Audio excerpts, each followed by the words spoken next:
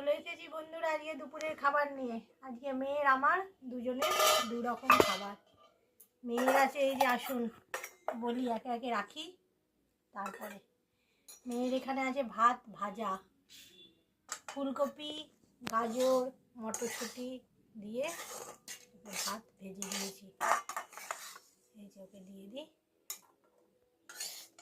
ওইটা খেতে খুব ভালোবাসে।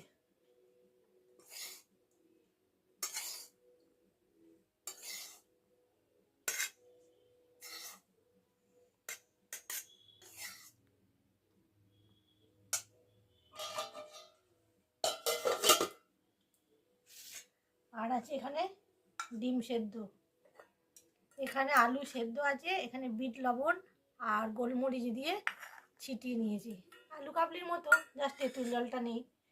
আর এখানে আছে আমার গুবলু খেয়েছে পাউরুটি, দুধ কমপ্লেন আর একটা কালাকাঁদ। এখানে তো ডিম সেদ্ধ আছে। এইগুলোই আজকে আমাদের দুপুরের মেনু। চলুন আপনারাও খাওয়া দাওয়া করুন, আমরাও খাওয়া দাওয়া করি।